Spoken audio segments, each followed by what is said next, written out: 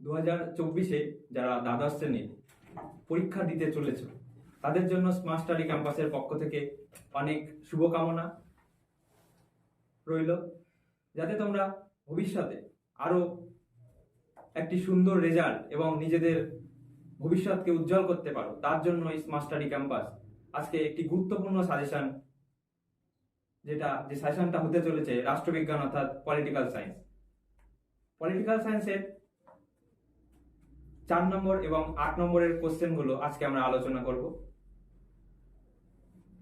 ভিডিওতে যদি কোথাও বা পিডিএফে যেখানে তোমরা আমাদের ফেসবুকের পেজ থেকে যে এই পিডিএফটা তোমরা ডাউনলোড করতে পারবে, ফেসবুকের লিংক যেটা ডেসক্রিপশন বক্সে তোমরা পেয়ে যাবে, সেখান থেকে তোমরা যে পিডিএফটা ডাউনলোড করবে, যদি কোথাও কোনো প্রিন্টিং মিস্টেক থেকে থাকে তার জন্য আমরা আগেই তোমাদের কাছে কৃতজ্ঞতা স্বীকার করছি। আর বেশি কথা না বলে চলে যাচ্ছি আজকের গুরুত্বপূর্ণ সাজেশন আলোচনার দিকে। পলিটিক্যাল সায়েন্স অর্থাৎ রাষ্ট্রবিজ্ঞানের 4 নম্বর এবং 8 নম্বরের কোশ্চেনগুলি আমি আলোচনা করছি। তোমরা কপি পেন নিয়ে বসে যাও, সাজেশনগুলি নোট করে নাও, নাহলে আমাদের ফেসবুক পেজ থেকে তোমরা কোশ্চেনগুলি ডাউনলোড করে নেবে। রাষ্ট্রবিজ্ঞানের 4 নম্বর এবং 8 নম্বর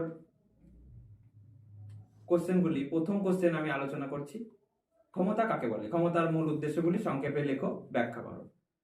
দ্বিতীয় কোশ্চেন, জাতীয় স্বার্থের সংজ্ঞা দাও। জাতীয় স্বার্থের ধারণা, প্রকৃতি বিশ্লেষণ করো। তৃতীয় কোশ্চেন, বৈদেশিক নীতি নির্ধারণে জাতীয় স্বার্থের ভূমিকা কি? জাতীয় স্বার্থ রক্ষার বিভিন্ন উপায়গুলি উল্লেখ করো। 4 নম্বর কোশ্চেন, বিশ্ব উষ্ণায়নের সংজ্ঞা দাও, বিশ্ব উষ্ণায়নের বিভিন্ন রূপ পর্যালোচনা করো। ইতিবাচক, নেতিবাচক ও ফলাফল আলোচনা করো। 5 নম্বর কোশ্চেন, উদারনীতিবাদ কাকে বলে? উদারনীতিবাদের মূল বৈশিষ্ট্যগুলি সংক্ষেপে আলোচনা করো।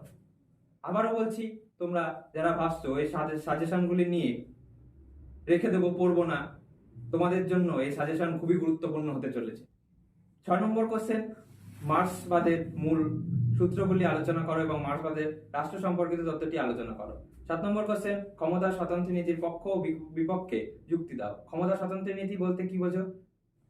কঠোর ক্ষমতা স্বতন্ত্র নীতি সম্ভব ও ন্যায়, কাম্য ন্যায়, মন্তব্যটি যথাযথ বিচার করো। 8 নম্বর কোশ্চেন, দ্বিকক্ষ বিশিষ্ট আইনসভার পক্ষ বিপক্ষে যুক্তি উল্লেখ করো।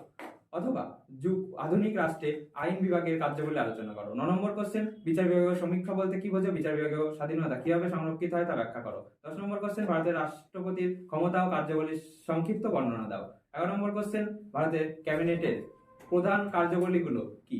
12 নম্বর কোশ্চেন, ভারতের প্রধানমন্ত্রীর ক্ষমতা ও পদমর্যাদা কার্যাবলী বিশ্লেষণ করো এবং ভারতের প্রধানমন্ত্রীর সঙ্গে মন্ত্রিসভার সম্পর্ক আলোচনা করো। 13 নম্বর কোশ্চেন, ভারতের কেন্দ্রীয় রাষ্ট্রপতিক কমিশনের গঠন ও কার্যাবলী আলোচনা করো। 14 নম্বর কোশ্চেন, রাজ্যপালের স্বেচ্ছাধীন ক্ষমতা বর্ণনা করো। 15 নম্বর কোশ্চেন, ভারতের অঙ্গরাজ্যের মুখ্যমন্ত্রীর ক্ষমতা ও পদমর্যাদা আলোচনা করো।